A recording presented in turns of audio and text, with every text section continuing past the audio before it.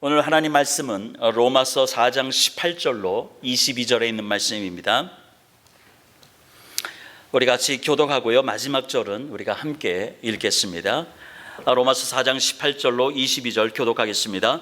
아브라함이 바랄 수 없는 중에 바라고 믿었으니 이는 네 후손이 이 같으리라 하신 말씀대로 많은 민족의 조상이 되게 하려 하심이라.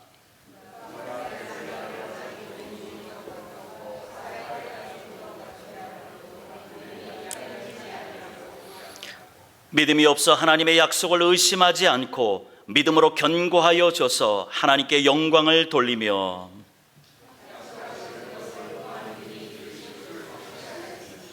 같이요. 그러므로 그것이 그에게 의로 여겨졌느니라. 아멘. 아멘. 오늘은 로마서 지난주 3장에서 오늘은 로마서 4장 전체를 우리가 함께 나누겠는데요. 그 중에 로마서 4장 18절에서 22절의 말씀을 중심으로 하나님의 약속 위에 견고히 서라라는 제목으로 함께 은혜의 말씀을 나누도록 하겠습니다. 우리 옆에 있는 분들한테 우리 한번 인사할까요? 사랑합니다. 축복합니다. 네. 아멘. 여러분을 사랑하고요. 주님의 이름으로 여러분을 축복합니다. 오늘 본문은 아브라함이 바랄 수 없는 중에 하나님의 약속의 말씀을 믿었던 그 아브라함을 하나님께서 의로 여겨주신다라고 하는 말씀입니다. 그런데 하나님께서 그 믿음으로 의롭다고 여겨주신 것은 그 아브라함에게만 해당되는 것이 아니라 오늘 우리도 의롭다고 여김을 받는 것은 바로 우리의 믿음이다라고 말씀하고 있습니다.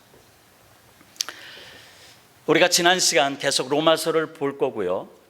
보았듯이 또는 앞으로도 이 로마서를 끝날 때까지 항상 이 로마서가 주는 메시지가 있습니다. 그것은 바로 하나님 앞에서 우리는 자랑할 것이 하나도 없다 이것입니다. 하나님은 인간이 자신 앞에 자랑할 수 있는 구석을 하나도 남겨놓지 않으신 것이죠. 지난 시간 우리가 이 3장의 말씀을 통해서 우리가 함께 그런 하나님의 말씀들을 우리는 자랑할 것이 하나도 없음을 말씀을 나눴고요. 오늘 4장에서도 역시 하나님으로부터 의롭다라고 인정받는 것은 율법의 행위가 아니라 오직 믿음이다라고 말씀하고 있습니다. 우리에게 익숙해 있는 종교적인 습성이 있습니다. 그것은 바로 하나님으로부터 무엇인가 얻으려고 한다라면은 우리가 하나님 앞에 무엇인가 해야 되는 것은 아닌가, 이런 종교적인 어떤 습성이 우리 안에는 이렇게 내재되어 있습니다. 그런데요, 기독교 신앙은 하나님의 은혜를 받기 위해서 무엇인가 해야 하는 것이 아니라는 것이죠. 이미 하나님의 은혜를 받았습니다. 하나님의 그 이미 사랑을 받은 자로서 그 은혜와 사랑에 내가 내 일평생을 통해서 내 하루하루의 삶을 통해서 어떻게 보답할 것인가, 그 자원하는 심령으로 나의 몸, 나의 시간들, 나의 물질을 헌신하는 것입니다. 내가 무엇인가 받기 위해서 하나님 앞에 무엇인가 행동하려는 것이 아니라 이미 우리는 하나님의 은혜를 받았고 하나님의 사랑을 받았기 때문에 이 은혜에 감복해서 내가 하나님 앞에서 나의 시간과 물질과 나의 몸을 어떻게 내가 보답할 것인가 자원하는 심령으로 헌신하는 것임을 여러분 기억하셨으면 좋겠습니다. 이미 하나님의 약속의 말씀을 받은 자로서 하나님의 약속 위에 굳건한 믿음으로 기다리는 것, 이것이 바로 기독교의 참 신앙입니다. 그 믿음의 샘플이 아브라함입니다. 오늘 본문은 아브라함은 어떠한 믿음으로 살았는지를 우리에게 이야기해 줍니다. 여러분, 믿음에도 종류가 있습니다. 어떤 종류가 있냐면은 하나님의 중심의 믿음이냐, 나 중심의 믿음이냐, 이렇게 우리는 크게 믿음을 두 가지 종류로 나눌 수 있습니다. 나 중심의 믿음은 하나님을 믿는 이유가 나에게 맞춰져 있는 것이죠.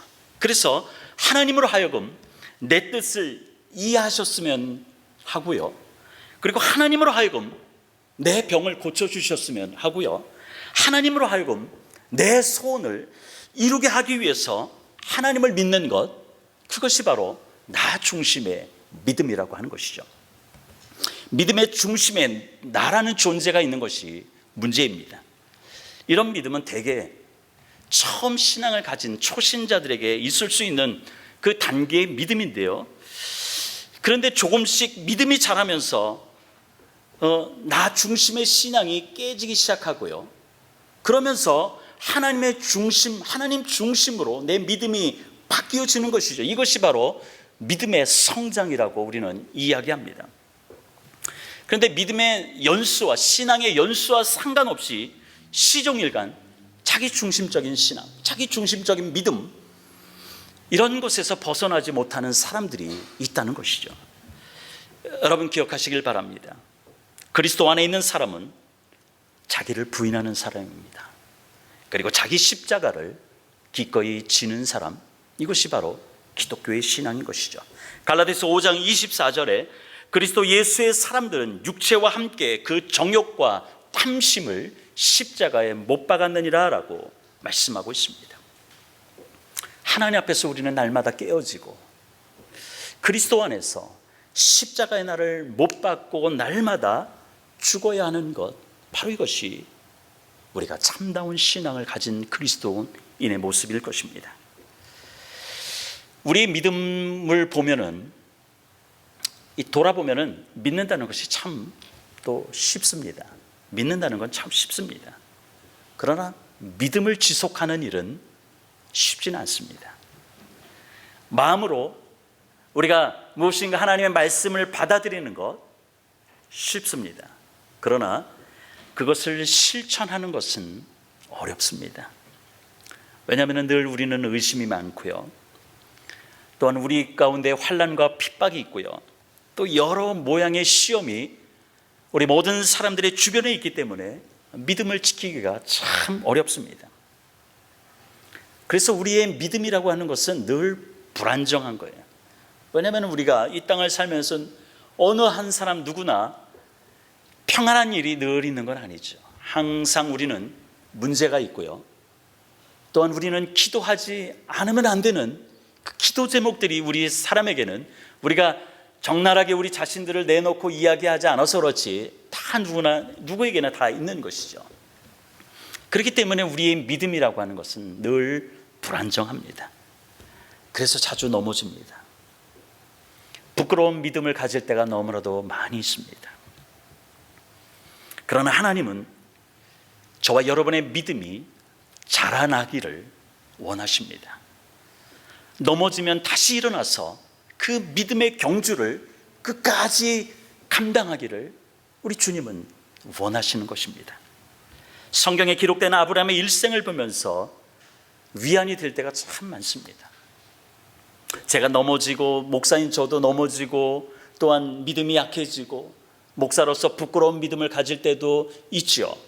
그런데 아브라함의 일생을, 성경에 기록된 이 아브라함의 일생을 보니까 때로는 마음의 위안도 됩니다. 나의 현재 연약한 믿음 때문에 신앙생활의 좌절을 경험할 때 더욱 그렇습니다. 여러분들도 아마 그럴 것입니다. 성경에 많은 위대하게 쓰임받았던 성경의 인물들, 위대한 하나님의 사람들도 넘어질 때가 있고 절박할 때가 있고 절망 가운데 넘어지는 그 모습들을 여러분이 보면서 여러분은 위안도 받을 것입니다. 여러분, 아브라함을 우리가 흔히 얘기할 때 믿음의 조상이라고 얘기합니다. 근데 아브라함이 믿음의 조상이 된 게 뭐 대단하게 아브라함의 믿음이 있었기 때문에, 자격이 됐기 때문에 우리가 믿음의 조상이라고 이야기하지는 않습니다. 아브라함 역시 저와 여러분과 같이 똑같이 늘 의심이 많고요, 환난과 핍박이 있고요, 여러 모양의 시험이 올 때 아브라함 역시 넘어지고 하나님의 마음을 아프게도 했습니다. 심지어 그 아내 사라의 몸에서 하나님께서 그 자녀가 나올 것임을 하나님께서 분명히 약속하셨는데 아브라함은 처음에는 그렇게 하지 않았죠. 하갈을 통해서, 아내의 몸종 하갈을 통해서 이스마엘을 낳았습니다. 여러분, 근데 성경에서 하나님이 약속하신 것은 사라의 몸을 통해서 그 후손, 믿음의 조상, 믿음의 후손들, 복의 근원이 되는 그 후손들을 하나님께서 약속하셨는데 아브라함은 그렇게 하지 못해서 기다리지 못했던 것이죠. 그래서 아내의 몸종 하갈을 통해서 이스마엘을 낳았을 때 성경은 어떻게 하나님께서 징계하시냐? 이스마엘을 낳은 이후에 13년 동안 하나님은 아브라함에게 나타나지 않으셨습니다. 침묵하셨습니다. 이스마엘을 낳았다라고 하는 그 성경 구절이 창세기 16장 마지막 구절 16절에 나와 있는데요. 근데 동시에 하나님이 아브라함에게 다시 나타나신 창세기 17장 1절 사이에 그 시간이 13년이라는 시간입니다. 아브라함이 하갈을 통해서 이스마엘을 낳을 때가 86세였습니다. 근데 이제 7장으로 넘어가서 1장에 아브라함에게 하나님이 나타나실 때가 99세입니다. 이 13년 동안 어떤 일이 벌어졌을까요? 우리는 알 수 없습니다. 아마 제 생각에는 그 86세에 난 자기의 모든 것들이 다 이제 후손에 대해서 그 다 끝났다라고 생각할 때 이스마엘을 낳을 때 얼마나 눈에 넣어도 안 아픈 그런 아들이었겠습니까?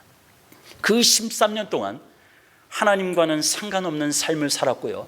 그 이스마엘을 낳은 것을 기뻐하며 살았던 그 13년 동안 하나님은 그에게 침묵하셨다는 것이죠.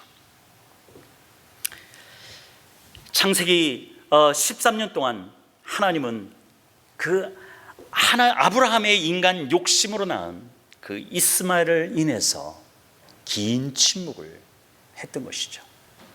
아마 하나님이 나타나셨던 그 99세에 나타나셨던 그때는 이제는 이스마엘이 자라고 뭔가 아브라함 입장에서는 뭔가 자신의 삶이 잘못돼 가고 있다라고 하는 것들을 깨닫기 시작했고, 그래서 부끄럽지만 하나님을 찾았던 그때가 아니었는가. 바로 그때, 이제는 13년이 지난 그때 하나님께서는 아브라함에게 나타나셨다는 것입니다. 여러분 기억하시길 바랍니다. 하나님의 뜻을 구하지 않고 하나님의 없이도 사는 사람에게 주는 큰 징계가 있다면 우리는 지난 시간 로마서 1장에도 우리가 함께 나눴듯이 그냥 내버려 두는 것입니다.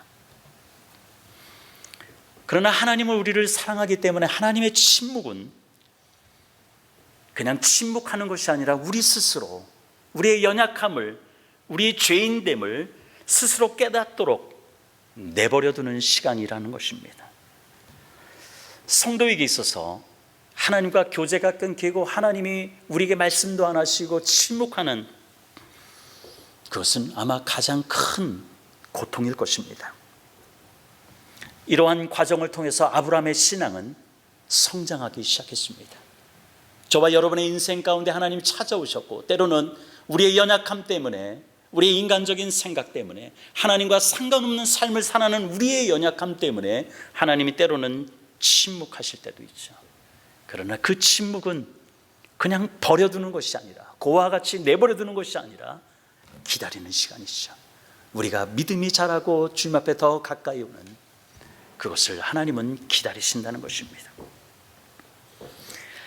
이런 과정을 통해서 아브라함의 믿음이 성장하니까 그가 100세에 난 아들 이삭을 바치라고 할 때 그는 하나님 앞에, 성경에는 하나님 앞에 불평하거나 왜 이러냐고 그렇게 이야기하지 않았습니다.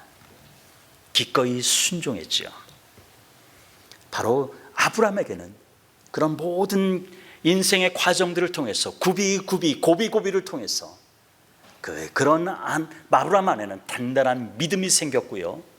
그래서 기꺼이 하나님께서 자기 아들을 바치라고 해도, 제물로 바치라고 해도 바쳤던 것을 우리는 보게 됩니다. 바로 이 믿음으로 아브라함이 의롭다라고 여김을 받은 것입니까?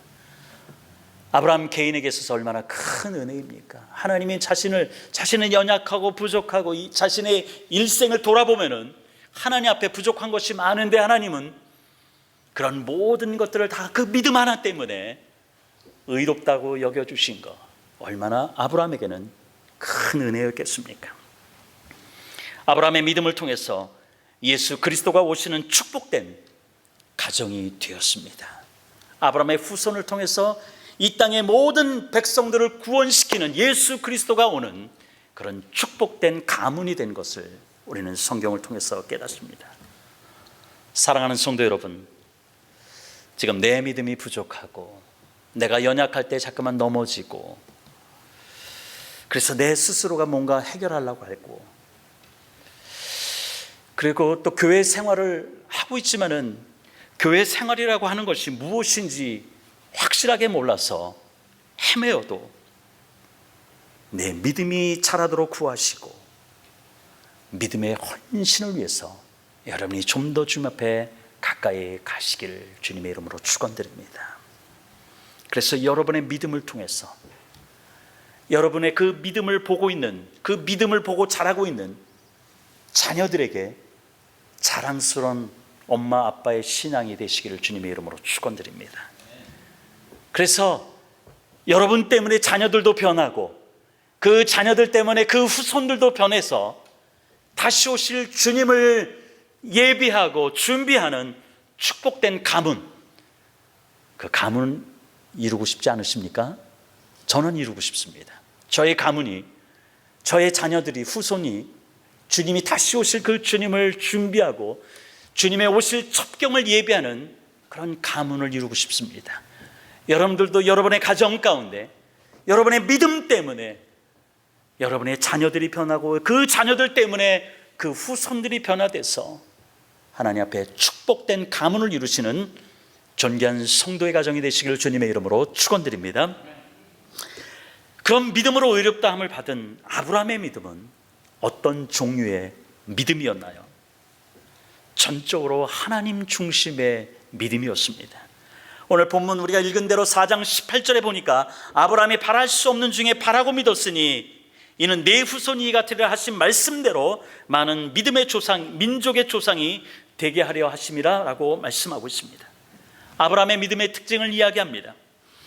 아브라함이 도저히 바랄 수 없는 중에 바라고 믿은 사실을 또한 로마서 4장 19절은 재차 말씀하고 있습니다.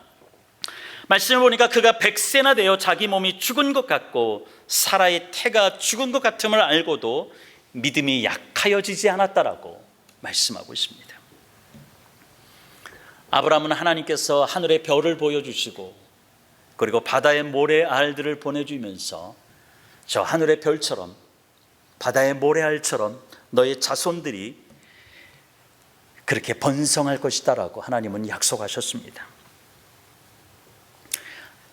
지금 아브라함의 순간은, 아브라함이 지금 현재는 그 약속이 제대로 이루어질 것 같다는, 그렇진 않은 상황이죠. 아내의 경수는 이미 끝났고요. 자신도 이제는 100세가 되었습니다. 이러한 상황들을 아브라함이 경험하면서 갈등하며 믿음이 약해질 수밖에 없었을 것입니다. 아브라함은 75세 때 하나님의 그 자손에 대한 약속을 받았습니다. 그렇지만 이제 99세가 되고 100세가 다 돼가는데도 아무런 징조가 자기에게는 나타나지 않은 것입니다. 아무것도 바랄 수 없는 상황이죠. 그러나 아브라함은 하나님의 약속을 의심하지 않았습니다. 믿음이 약해지지 않았습니다. 전능하신 하나님을 아브라함은 믿었습니다. 전능하신 하나님이 된다고 하면 되는 줄 아브라함이 믿었습니다. 사랑하는 성도 여러분, 전능하신 하나님이 여러분의 하나님이기 때문에 하나님이 고쳐주신다고 하면 고쳐지는 것입니다. 하나님이 된다고 하면 되는 줄 믿으시길 바랍니다. 이 믿음이 필요한 겁니다. 그렇다고 제가 그냥 뭐 생각 없이 아무거나 그냥 아멘 아멘 그냥 믿으라는 것은 아닙니다. 생각 없이 아무거나 그냥 아멘 하면 믿는 거, 이 신앙은 오래가지 않습니다. 결코 오래가지 않습니다. 그래서 철학자 칸트는 이런 유명한 말을 했습니다. 이성이 없는 신앙은 있을 수 없다는 것이죠. 이성이 없는 신앙은 있을 수 있는데요, 그러나 오래가지 못한다는 것입니다. 우리의 머리로 하나님을 믿는 것, 그래서 순간적으로 네 믿습니다 라고 얘기할 수 있는 것이죠. 그러나 그것은 오래가지 못하는 것입니다. 왜냐하면 경험이 없기 때문에요. 목사가 보통 성도들한테 기도하십시오, 기도로 우리가 이겨나갑시다 라고 하면은 네, 기도 알고 있습니다. 또 기도하고 있습니다. 라고 우리는 흔히 그렇게 반응합니다. 그러나 기도하면은 하나님 앞에 맡기고 하나님이 역사하실 것을 기다려야 되는데 우리 인간은 그렇지 않아요. 그냥 기도하고 돌아서면 불안하고, 또 그래서 이게 이루어질까? 그래서 인간적인 생각이 있고 인간적인 방법 때문에 불안해하고 안절부절합니다. 이유는 한 가지입니다. 하나님의 역사를 경험해 보지 않았기 때문인 것이죠. 하나님의 역사를, 하나님의 능력을 일평생 신앙생활하면서 경험해 보지 못했기 때문에 우리는 기다리지 못하는 것입니다. 하나님의 능력을 체험하지 못했기 때문에 심령이 메마르고 근심하는 것입니다. 그렇기 때문에 저는 우리 성도들을 위해서 기도할 때, 우리 또 한성원 집사님 가정을 위해서 기도할 때, 하나님, 이 가정이 하나님의 그 역사, 하나님의 능력을 경험하게 하여 주시옵소서. 우리가 하나님의 역사를 경험하면 이미 우리 가운데 하나님이 어떠한 분이신가를 알기 때문에 많은 문제 가운데 우리가 있지만은 그 문제 때문에 넘어지는 것이 아니라 하나님 앞에 기도하는 자리에 서게 된다는 것입니다. 하나님이 어떤 분인지 여러분은 아실 것입니다. 여러분이 하나님의 역사를 경험했다면 하나님이 어떤 분인지를 여러분은 아실 것입니다. 그리고 하나님께서는 어떻게 역사하실 것인지도 여러분 믿게 될 것입니다. 믿으니까 결국은 우리는 응답을 기다리는 것입니다. 혹 내가 원하는 응답이 아니어도 괜찮습니다. 왜일까요? 하나님이 하시는 모든 일은 옳기 때문입니다. 아멘. 여러분 한번 저를 따라해 주실까요? 하나님이 하시는 모든 일은 옳습니다. 하나님이 하시는 모든 일은 옳습니다. 믿습니까? 아멘. 하나님이 하시는 모든 일은 옳습니다. 내가 내 병을 치료해달라고 기도할 때 응답도 하지만 때로는 그 병이 치료되지 않더라도 우리가 실망하지 않는 것은 하나님이 하시는 모든 일은 옳기 때문입니다. 아브라함은 생산 기능이 있어서 열매를 전혀 낼 수 없는 마른 나무와 같은, 마른 장작 같은 그런 몸이 되었습니다. 그러나 아브라함은 하나님을 믿었습니다. 로마서 4장 20절과 오늘 본문 21절에 보니까 믿음이 없어 하나님이 약속을 의심하지 않고 믿음으로 견고하여 줘서 하나님께 영광을 돌리며 약속하신 그것을 또한 능히 이루실 줄을 확신하였으니 라고 말씀하고 있습니다. 여러분, 아브라함은 가능성과 불가능한 그것을 자기 기준에 두지 않았다는 것입니다. 우리가 실패하는 이유, 우리가 하나님의 능력을 지금까지 경험해보지 못했던 그 이유가 있다면 그 가능성과 불가능성을 내 기준에 두었기 때문인 것이죠. 아브라함은 오직 하나님의 말씀의 능력에 자기의 일생을 걸었습니다. 그리고 자기가 경험하는 모든 문제들, 마른 장작나무 같은, 그래서 자기 몸에서 후손이 태어날 것 같은 그런 생각이 없는 그 상황 가운데서도 문제보다 크신 하나님을 아브라함은 믿었던 것입니다. 한 번 더 따라 하실까요? 문제보다 크신 하나님, 문제보다 크신 하나님. 여러분에게 경험된 문제, 또한 여기 앞에 있는 목사도 뭐 항상 웃고 있지만 항상 뭐 옛날에 어떤 가수가 부르는 내가 웃는 게 아니야 뭐 항상 사람들은 다 자기 문제가 있는 것이죠. 엎드려 기도하지 않으면 안 되는 문제들이 있는 것이죠. 그렇기 때문에 저도 매일 새벽에 오면은 이 강대상에서 1시간 동안 그 문제를 놓고 기도하고 여러분의 문제를 놓고 중보기도 하고 그렇게 할 수 있는, 왜냐하면 문제보다 크신 하나님이 내 하나님이기 때문에, 전능하신 하나님이기 때문에 우리는 엎드려 기도할 수 있는 것입니다. 기도하는 자 가운데 하나님이 반드시 그 능력을 보여주시는 줄 믿습니다. 아브라함은 자신이 겪는 모든 문제보다 크신 하나님을 믿었기 때문에 하나님은 그 믿음 보시고 그를 의롭다라고 여겨주신 것입니다.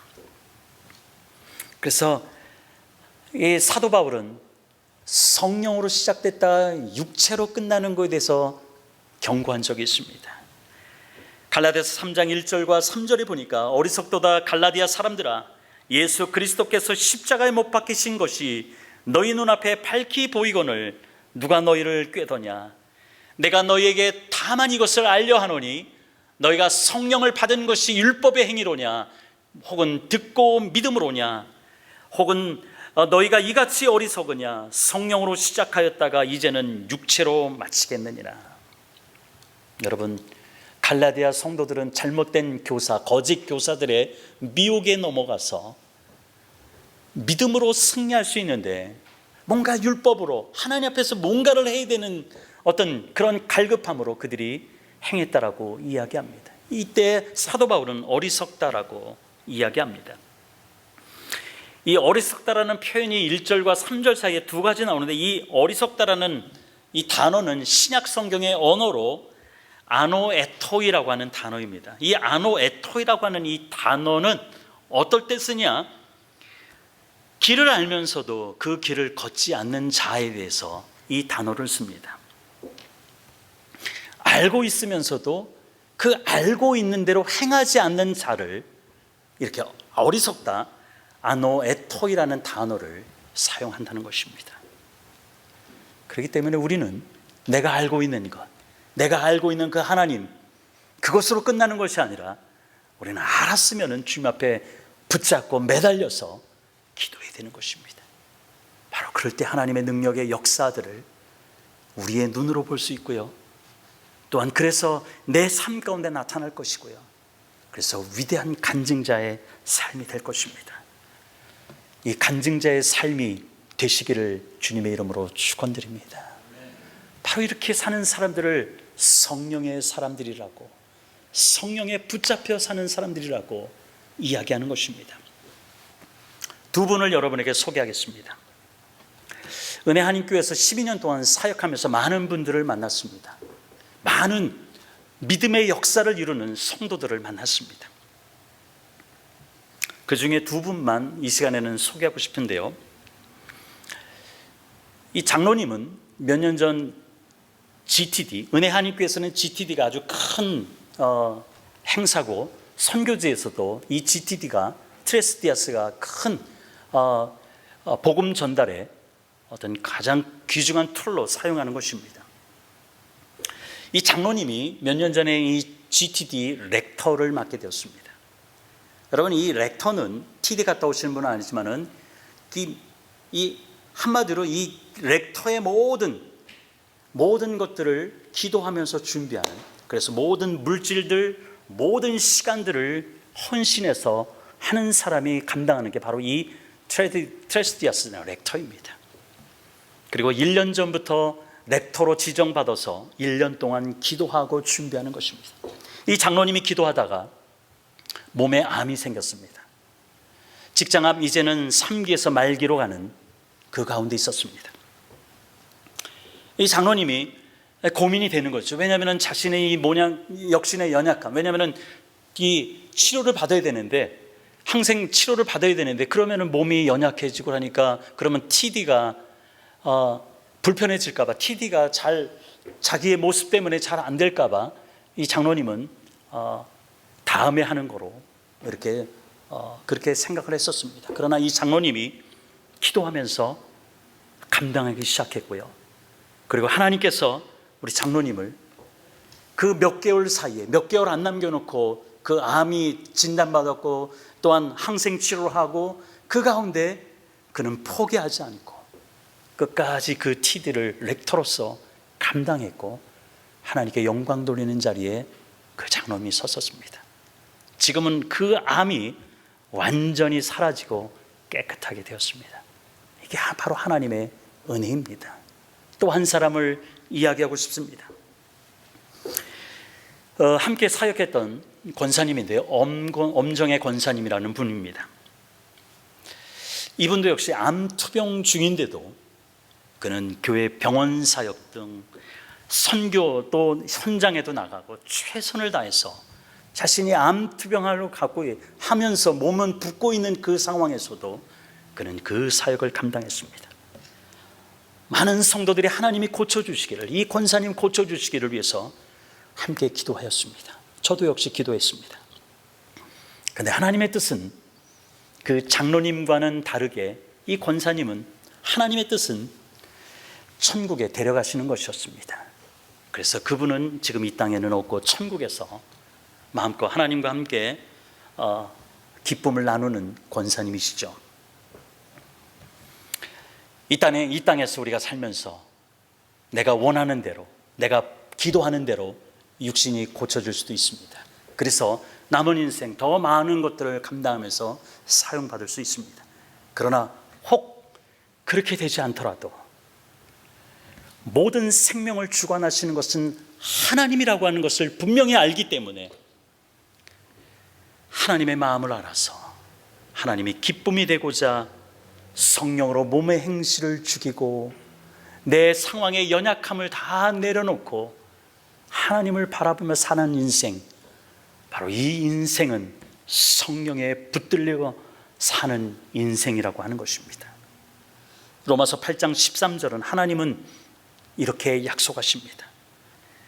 너희가 육신대로 살면 반드시 죽을 것이로되 영으로서 몸의 행실을 죽이면 살리라 말씀하고 있습니다. 육신의 생각, 육신이 이끄는 대로 사는 사람은 육신의 일을 생각합니다. 그러나 성령님을 따라 사는 사람은 성령님의 일을 생각합니다. 성령님의 일을 생각하는 사람은 희망이 사라진 때에도, 희망이 아무것도 보이지 않는 상황에서도 주님을 바라보면서 기다리는 사람입니다. 하나님의 약속의 말씀을 의심하지 않고 오히려 답답하고 사방에 우겨쌈을 당하는 그 순간에도 믿음이 더욱 굳세어져서 하나님께 영광을 돌리는 사람인 것입니다. 존귀한 성도 여러분, 이러한 자 가운데 오늘 성경 로마서 4장 22절 마지막 절에 이렇게 얘기하고 있죠. 그러므로 이것이 그에게 의로 여겨졌느니라. 의로 여김을 받을 만한 아무 조건도 없는 그러한 자 가운데 믿음 하나 때문에, 하나님 중심으로 사는 그 믿음 때문에 하나님은 의로 여겨주신 것입니다. 우리는 선물로 주신 믿음의 씨앗이 우리 안에서 자라고 싹이 나서 또 줄기가 자라서 열매를 맺을 수 있도록 그것은 우리가 잘 가꾸어야 되는 것입니다. 가끔가다 영상을 보면은 죽어가는 동물들, 어떤 사람은 막 다람쥐, 토끼, 어떤 다양한 동물들을 거의 죽어가는데 막 인공호흡 시키면서 막 살려내는 그런 영상들을 몇 번 봤는데요, 감동이 있더라고요. 보면서도 눈물이 날 정도로 그렇게 그 동물을 살리기 위해서 애를 쓰는 모습들이 너무나도 감동인 거예요.